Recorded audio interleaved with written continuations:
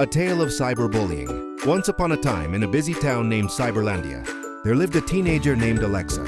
She was a beautiful girl. She was a kind girl too. She was always ready to lend a helping hand to others. When she started to use social media, a lot of people became her followers because they were attracted to her beauty and personality. However, like any other town, Cyberlandia had its dark corners. One of which was that people liked to use the internet as a media to hurt people. One day, they found Alexa's social media accounts and started to send her bad words. Hurtful messages and nasty comments flooded Alexa's social media accounts.